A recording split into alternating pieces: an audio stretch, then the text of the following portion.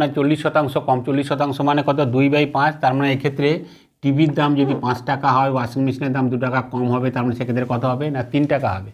এবং অঙ্কে বলছে যে ওয়াশিং মেশিনের দাম যদি 64% বৃদ্ধি পায় এবং টিভির দাম যদি 20% কী হচ্ছে না হ্রাস পায়, তাহলে 5টি ওয়াশিং মেশিন এবং 7টি টিভির দামের মোট পরিবর্তন কী হবে, তাহলে ওভারঅল কত ইনক্রিজ হবে বা কত ডিক্রিজ হবে সেটা জানতে চেয়েছে।